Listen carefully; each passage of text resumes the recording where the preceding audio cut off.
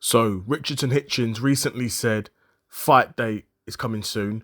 And I want to talk a bit about that because Richardson Hitchins, largely in my opinion, has sort of felt like the forgotten man at 140 pounds. Of course, he is a world champion.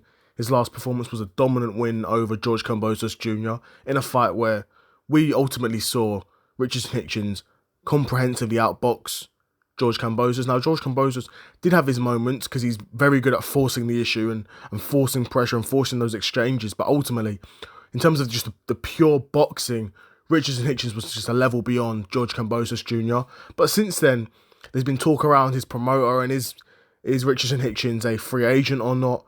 And you know what I mean? That sort of thing that sort of outside the ring stuff will put a career on hold. And it feels like that's almost what's happened here.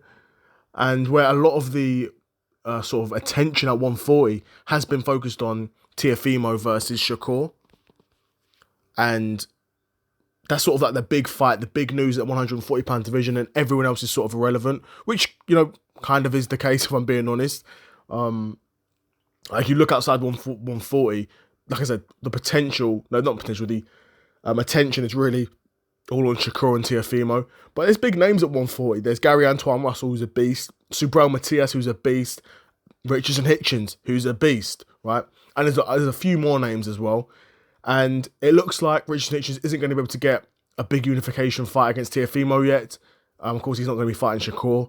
Doesn't look like his next fight's going to be against a Keyshawn Davis either. And it doesn't look like he's going to fight an Antoine Russell or a Subriel Matias. So who could Richardson Hitchins actually fight next? Now, there's two names that were sort of standing out to me, and that was Oscar Duarte and Kenneth Sims Jr. Obviously, if you know the 140-pound division, you know Oscar Duarte just beat Kenneth Sims Jr., which means I'm more leaning towards Oscar Duarte fighting Richardson Hitchins next. Oscar Duarte's on a 4-fight win streak. His last loss was against Ryan Garcia in 2023. He's on a 4-fight win streak, and of those last 4 wins, he's had 2 knockouts, 2 decisions.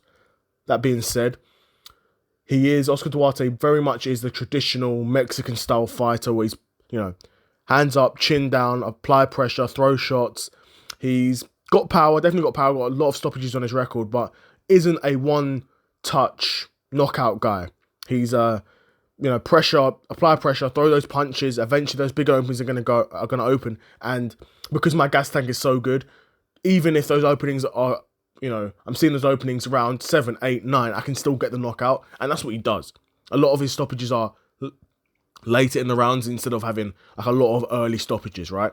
So Oscar Duarte, even though actually I don't think Oscar Duarte is better than George Kambosos Jr.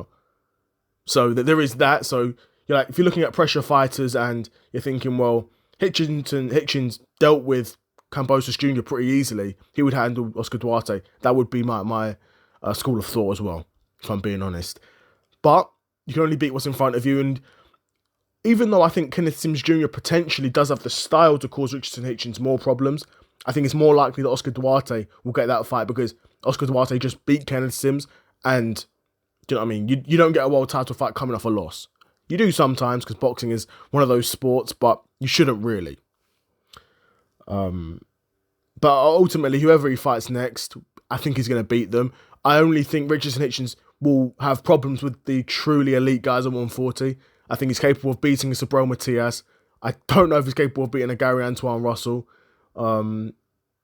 I don't know if he's capable of beating a Teofimo Lopez. I don't know if he's capable of beating a Shakur Stevenson, but that's the sort of level he's at, though. He's in those conversations with the other world champions at 140. He's established at 140 world level, in my opinion.